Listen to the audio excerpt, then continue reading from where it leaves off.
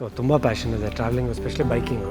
Darshan sir ಜೊತೆ ಒಂದಷ್ಟು rides ಹೋಗ್ತಾ ಇದ್ವಿ. ಸೊ ಅಲ್ಲಿಂದ ಬುಲೆಟಿಂದ ಶುರು ಆಗಿದ್ದು. ಆ್ಯಂಡ್ ಒಂದು ಕವಾಸಾಕಿ Z800 ಸ್ಪೋರ್ಟ್ಸ್ ಬೈಕು. ಏನಾದರೂ ಡ್ರೀಮ್ ಡೆಸ್ಟಿನೇಷನ್ ಹಂಗೆ ಏನಾದರೂ ಇದೆಯಾ? ಲವ್ ಟು ವಿಸಿಟ್ ಈ ಫಾರ್ಮುಲಾ 1 ಗ್ರ್ಯಾಂಡ್ ಸರ್ಕ್ಯೂಟ್ ಲೈವ್ ಆಗಿ ನೋಡ್ಬೇಕಂತ ಭಾಳ ಆಸೆ.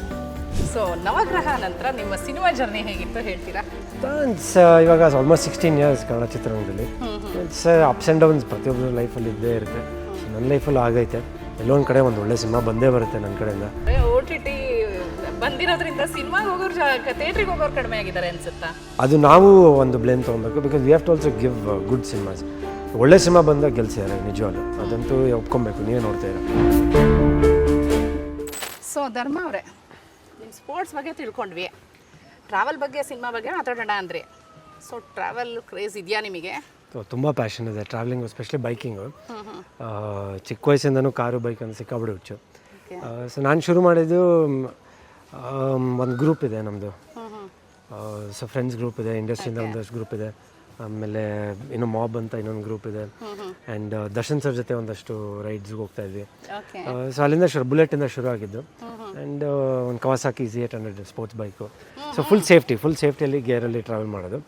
ಆ್ಯಂಡ್ ಬೈಕಿಂಗು ಸುಮಾರು ಗೋವಾ ಆಗಿರ್ಬೋದು, ಮಡಿಕೇರಿ, ಊಟಿ, ಸೊ ಆಮೇಲೆ ನಾರ್ತ್ ಈ ಕಡೆ ಹೋಗಿದ್ದೀನಿ ಬೈಕಲ್ಲಿ. ಆ್ಯಂಡ್ ಇವನ್ ಟ್ರಾವೆಲ್ ಪ್ಯಾಷನ್ ಅಂದರೆ ಐ ಥಿಂಕ್ ಅಬ್ರಾಡ್ ಅಂತ ಬಂದಾಗ ಸ್ವಲ್ಪ ದುಬೈ, ಇಲ್ಲಾಂದರೆ ನಮ್ಮಲ್ಲಿ ಗೋವಾಗೆ ಹೋಗೋದು, ಆಮೇಲೆ ಮಂಗಳೂರು.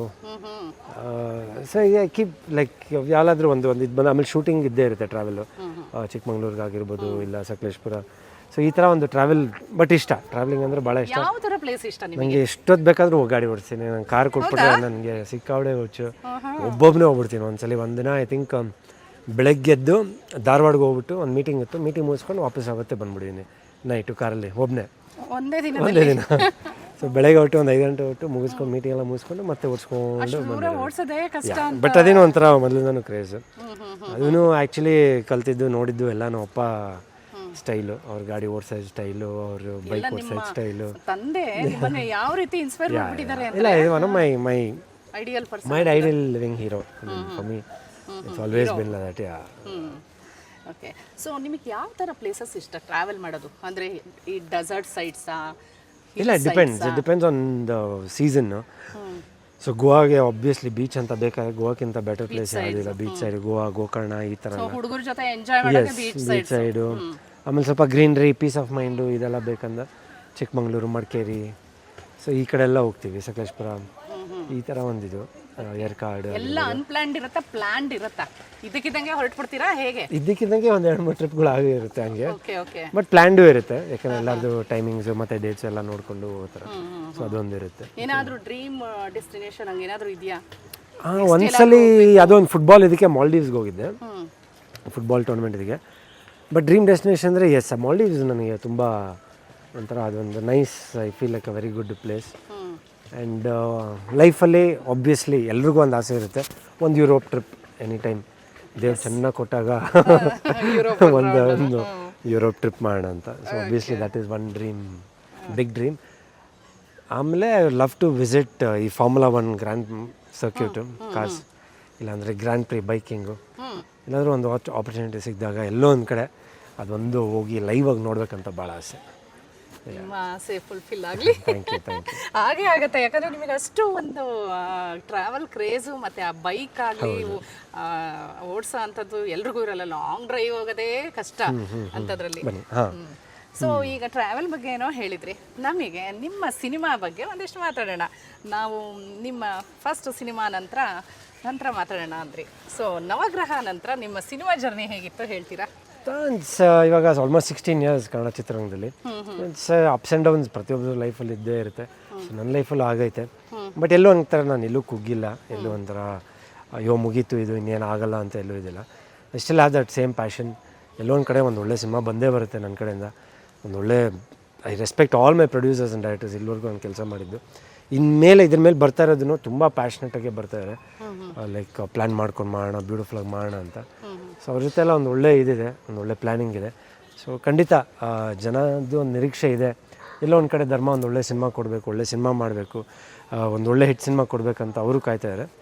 ಸೊ ಆ ನಿಟ್ಟಲ್ಲೇ ವರ್ಕ್ ಮಾಡ್ತಾಯಿನಿ, ಯಾಕಂದರೆ we cannot keep disappointing them. So ಇಲ್ಲ ಒಂದು ಕಡೆ ಒಂದು ಒಳ್ಳೆ ಸಿನಿಮಾ ಅವ್ರಿಗೆ ಕೊಡಬೇಕಂತ ನನಗೂ ಒಂದು ಆಸೆ ಇದೆ. ಸೊ ನೋಡೋಣ. ಓಕೆ, ಯಾವ ಥರ ರೋಲ್ ಮಾಡಬೇಕು ಅಂತ ನಿಮಗೆ ಆಸೆ ಇದೆ? ನಥಿಂಗ್ ಯಾವ್ದಾರ ಪರ್ಟಿಕ್ಯುಲರ್ ಆಗಿ ಈ ಥರ ಆ ಥರ ರೋಲ್ ಅಂತ ಏನಿಲ್ಲ. ಲವರ್ ಬಾಯ್ ಆಗಿ ಕಾಣಿಸ್ಕೊಂಡಿದ್ದೀರಾ, ಮತ್ತೆ ಇತ್ತೀಚೆಗೆ ಯಾವುದ್ರಲ್ಲೂ ಆ್ಯಕ್ಷನ್ ಆ್ಯಕ್ಷನು, ಆಮೇಲೆ ಪೊಲೀಸ್ ಆಗು ಒಂದು 2-3 ಇದು ಮಾಡಿದ್ದೀನಿ ಕಾಪಾಗಿ. So this nothing like thing, but as long as it's something performance oriented, ಮತ್ತು ನನಗೊಂದು ಒಳ್ಳೆ ಹೆಸರು ತಂದು ಕೊಡಬೇಕು, ಪ್ರೊಡ್ಯೂಸರ್ಗೆ ಒಳ್ಳೆ ದುಡ್ಡು ಆಗಬೇಕು, ಅಂಥದ್ದು ಒಂದು ಸಬ್ಜೆಕ್ಟು, ಅಂಥದ್ದು ಒಂದು ಕ್ಯಾರೆಕ್ಟರ್ ಸಿಕ್ಕಿದಾಗ ಮಾಡೋಕ್ಕೆ ಇಷ್ಟಪಡ್ತೀನಿ. ಬಹಳಷ್ಟು ಹೀರೋಗಳು ಪ್ರೊಡ್ಯೂಸರ್ಗಳ ಬಗ್ಗೆ ಯೋಚನೆ ಮಾಡೋದಿಲ್ಲ ಆ್ಯಕ್ಚುಲಿ ಟೀಮಲ್ಲಿ. ಸೊ ನೀವು ಒಂದು 2-3 ಸರಿ ಅದೇ ಹೇಳಿದ್ರಿ, ಪ್ರೊಡ್ಯೂಸರ್ಗಳಿಗೂ ಒಳ್ಳೇದಾಗಬೇಕು ಅಂತ ಎಲ್ಲ. ಸೊ ಈಗಿನ ಸಿನಿಮಾ ನೀವು 16 ಇಯರ್ಸ್ ಆಯಿತು ಅಂದರೆ ನಿಮ್ಮ ಜರ್ನಿಲಿ, ಸೊ ನೀವು ಸ್ಟಾರ್ಟ್ ಮಾಡಿದ್ದಾಗಿಂದ ಈಗ ಇರೋ ಸಿಚುವೇಶನ್ಸು ಡೆವಲಪ್ಡ್ ಆಗಿದೆಯಾ ಅಥವಾ ಹೇಗೆ? ಅದರಲ್ಲೂ ಬೇಸರ ಏನಾದರೂ ಇದೆಯಾ ನಿಮಗೆ? ಇಲ್ಲ 100% ಬೇಸರ ಅಂದರೆ ಲೈಕ್ ಪ್ರೊಡ್ಯೂಸರ್ ಇಲ್ಲದೆ ನಾವೆಲ್ಲ ಇಲ್ಲ. ಸೊ ಅದು ಒಂದು ಖಂಡಿತವಾಗಿ ಹೇಳೋಕ್ಕೆ ಇಷ್ಟಪಡ್ತೀನಿ, ಯಾಕಂದರೆ ನಮ್ಮ ತಂದೆಯವರನ್ನು ಅವರೆಲ್ಲ ಎಷ್ಟು ಗೌರವ ಕೊಡ್ತಿದ್ರು ಅಂದರೆ ಅವಾಗಿಂದ. ಯಾಕಂದರೆ ನಮಗೆ ಮನೆಯಿಂದ ತಂದು ದುಡ್ಡು ಹಾಕಿ ಸಿನಿಮಾ ಮಾಡಿ ಆಸಕ್ತಿ ಇಲ್ಲ, ನಮ್ಮ ತಂದೆಗೂ ಇಲ್ಲ. ನಾನೇನಾದರೂ ಒಂದು ಪ್ರೊಡ್ಯೂಸ್ ಮಾಡಿ ಸದ್ಯಕ್ಕೆ I cannot do it. So I respect producers, ಯಾಕಂದರೆ ಎಲ್ಲಿಂದನೂ ಪಾಪ ದುಡ್ದು ತಂದು ಹಾಕಿ ಅವ್ರು ಬೇಕಂದರೆ ಒಂದು ಲ್ಯಾಂಡಲ್ಲಿ ಒಂದು 2 ಕೋಟಿ ಹಾಕಿದ್ರೆ ಒಂದು 2 ವರ್ಷ ಬಿಟ್ಟರೆ 4 ಕೋಟಿ ಆಗುತ್ತೆ. ಅದನ್ನು ರೊಟೇಟ್ ಮಾಡೋದು ರಿಯಲ್ ಎಸ್ಟೇಟಲ್ಲಿ XYZ. ಬಟ್ ಅವ್ರಿಗೂ ಒಂದು ಪ್ಯಾಷನ್ ಇರುತ್ತೆ, ಇಲ್ಲ ಒಂದು ಪ್ರೊಡ್ಯೂಸರ್ ಕಾಣಿಸ್ಕೊಬೇಕು. ಬಟ್ ಅವ್ರು ಸಿನಿಮಾ ಮಾಡೋವಾಗ ಅವ್ರ ಮನೆಯವರು ಪಾಪ ಯೋಚನೆ ಇರುತ್ತೆ, ದುಡ್ಡು ಹಾಕ್ತಾಯಿದ್ದಾರೆ, ಏನಾಗುತ್ತೋ ಇಲ್ವೋ, ಏನಾಗುತ್ತೋ ಬರುತ್ತಾ ಇಲ್ವಾ, ಏನಾಗುತ್ತೆ ಅಂತ. ಸೊ ಅಲ್ಲಿ ನೋಡಿದಾಗ ಅವ್ರು ಗೆದ್ದರೆ ನಮಗೊಂಥರ ಖುಷಿ. ಅವ್ರು ಹಾಕಿದ ದುಡ್ಡು ವಾಪಸ್ ಬಂದ್ಬಿಟ್ರೆ ಅದಕ್ಕಿಂತ ಒಂದು 5% 10% ಬಂದರೆ I think that is one big achievement.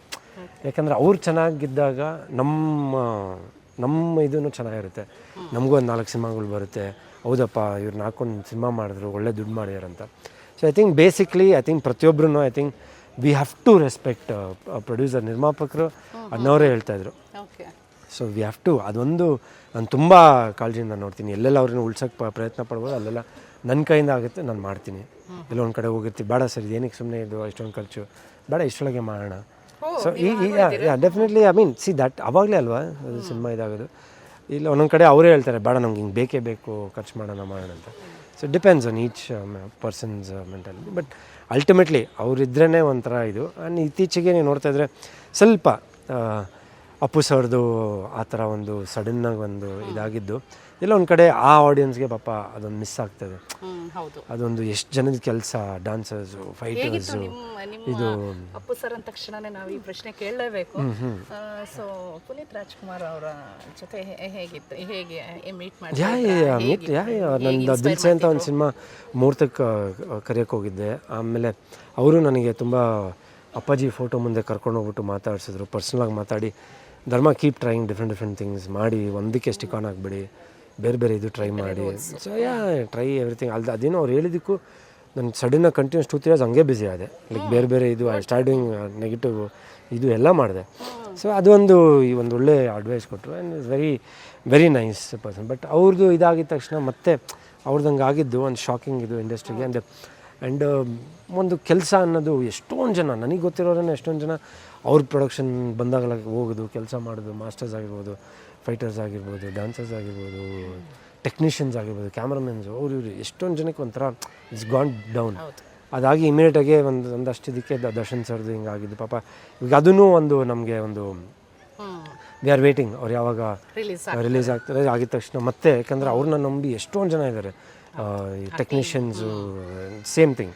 ಪ್ರತಿಯೊಬ್ಬರೂ ಎಷ್ಟೊಂದು ಜನಕ್ಕೆ ಊಟ ಸಿಗ್ತಾಯಿತ್ತು ಸೆಟ್ಟಲ್ಲಿ, ಒಂದು ಸಿನಿಮಾ ಭಾಳ ಜನಕ್ಕೆ. ಆಮೇಲೆ ಒಂದು ಸಕ್ಸಸ್ಫುಲ್ ಸಿನಿಮಾಗಳು ಕೊಡ್ತಾಯಿದ್ರು ಅಪ್ಪು ಸರ್, ದರ್ಶನ್ ಸರ್ ಎಲ್ಲ. So that definitely a big miss out. And ಇವಾಗಿನ ಇದರಲ್ಲಿ ಸ್ವಲ್ಪ ಜನನು OTT ಪ್ಲ್ಯಾಟ್ಫಾರ್ಮ್ಸ್ ಎಲ್ಲ ತುಂಬ ಈಸಿಯಾಗಿ ಬಂದ್ಬಿಡೈತಲ್ಲ, ತುಂಬ ಈಸಿಯಾಗಿ.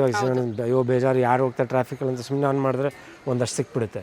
ಮೊದಲಂದರೆ ನೀವು ಹುಡುಕಬೇಕು ಉದಯ್ TV, ಜಿ TV, ಇಲ್ಲ DDನಲ್ಲಿ, ಇಲ್ಲ ಇದರಲ್ಲಿ, ಇಲ್ಲ ಸ್ಟಾರ್ ಮೂವೀಸಲ್ಲಿ, ಇಲ್ಲ ಇದರಲ್ಲಿ ಒಂದು ಹುಡುಕಿದ್ರೆ ಒಂದು ಒಂದು ಮೂವಿ ಸಿಗ್ತಾಯಿತ್ತು, ನೋಡ್ತಾಯಿದ್ವಿ. ಬಟ್ ಇವಾಗ ಆಮೇಲೆ ಇಲ್ಲ ಅಂದರೆ ಒಂದು DVD ಪ್ಲೇಯರು, CD ಹಾಕ್ಕೊಂಡು ನೋಡಬೇಕು.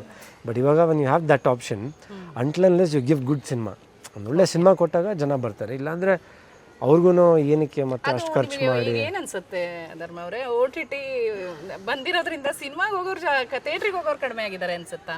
ಕಡಿಮೆ ಆಗಿದ್ದಾರೆ, ಡೆಫಿನೆಟಾಗಿ ಕಡಿಮೆ ಆಗಿದ್ದಾರೆ. ಬಿಕಾಸ್ ಈವನ್ ಅದು ನಾವು ಒಂದು ಬ್ಲೇಮ್ ತೊಗೊಬೇಕು. Because we have to also give good cinemas.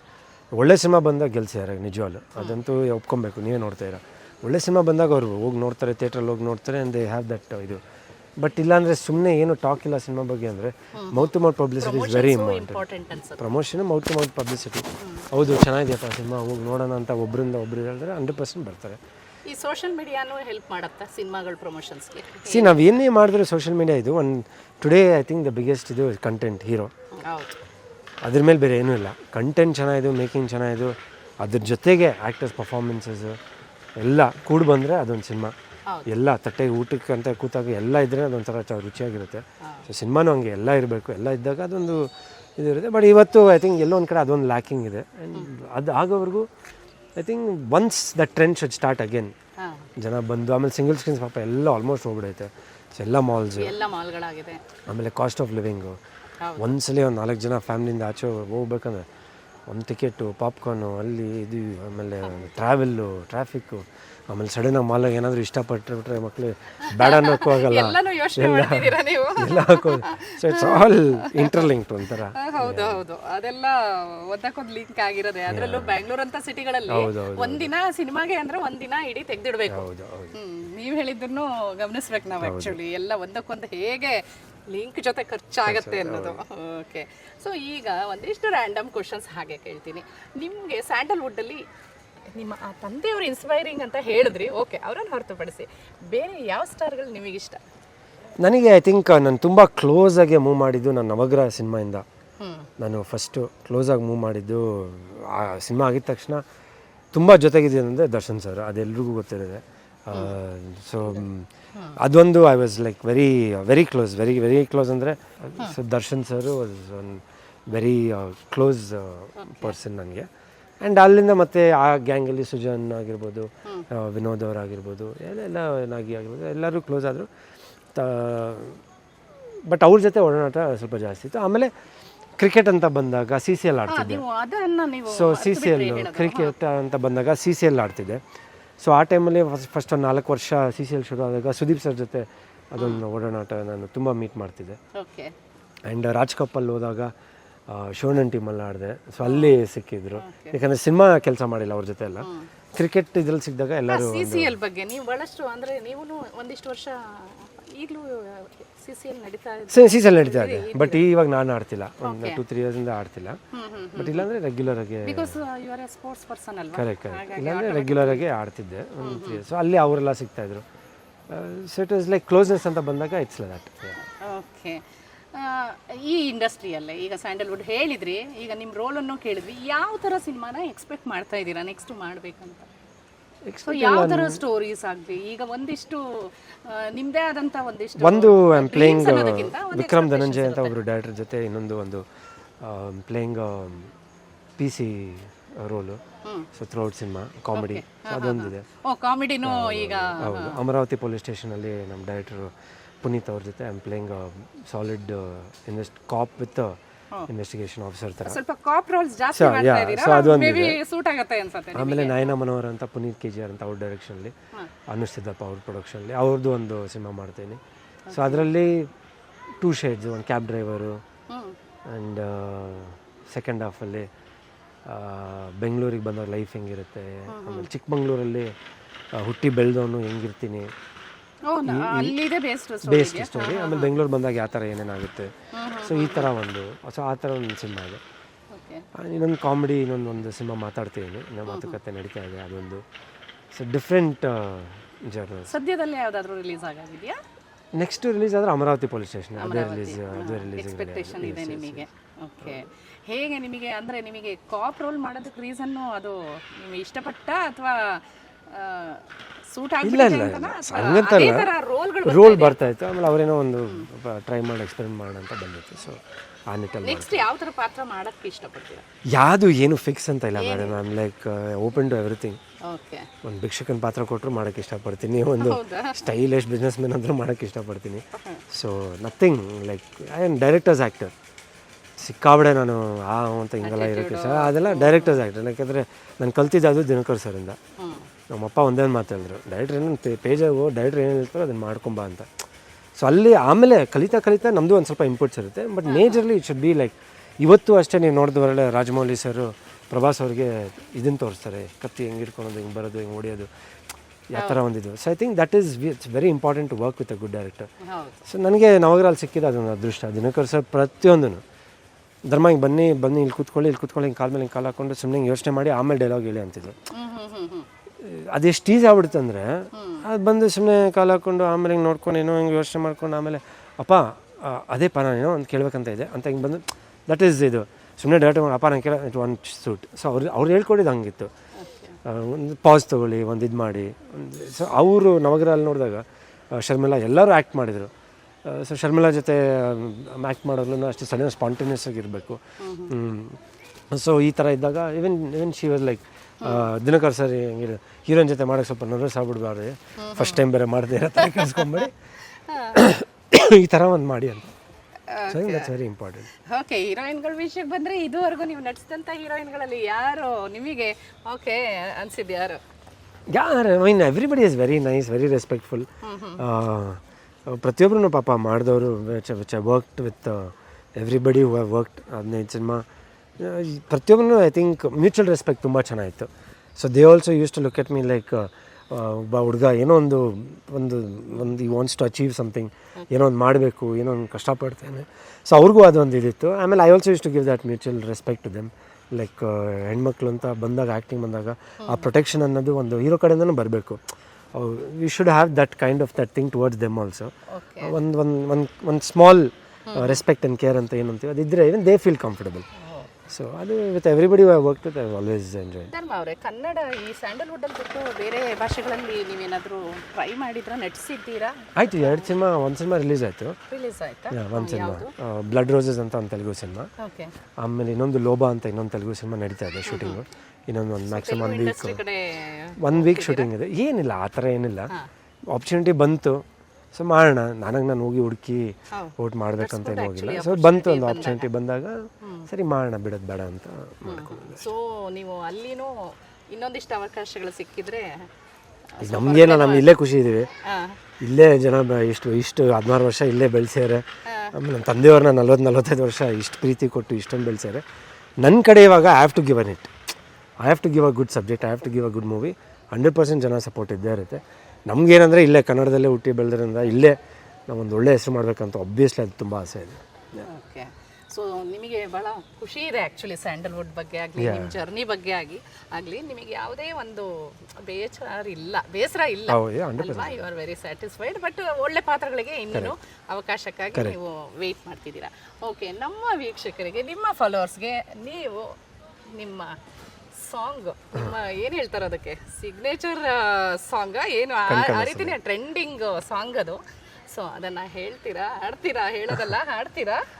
Okay. ಕಣ್ಣ ಸಲಿಗೆ ಅಲ್ಲ ಸುಲಿಗೆ, ನೀನೆಂದು ನನಗೆ ನನಗೆ ತರತರ ಹೊಸತರ ಒಲವಿನ ಅವಸರ, ಹೃದಯ ನಿಜೋ ಖಾಲಿ ಕಣ್ಣ ಸಲಿಗೆ. Thank you. ಸೂಪರ್. ಆ ಹಾಡು ಕೇಳ್ತಾ ಇರೋಣ ಅನಿಸ್ತಾ ಇರುತ್ತೆ. ಅಷ್ಟೊಂದು ಈಗಲೂ ನೀವು ರೀಲ್ಸ್ ತೆಗೆದು ನೋಡಿದ್ರೆ ಸಾಂಗ್ ಸಿಗುತ್ತೆ ಟ್ರೆಂಡಿಂಗ್ ಸಾಂಗ್ ಲಿಸ್ಟಲ್ಲಿ.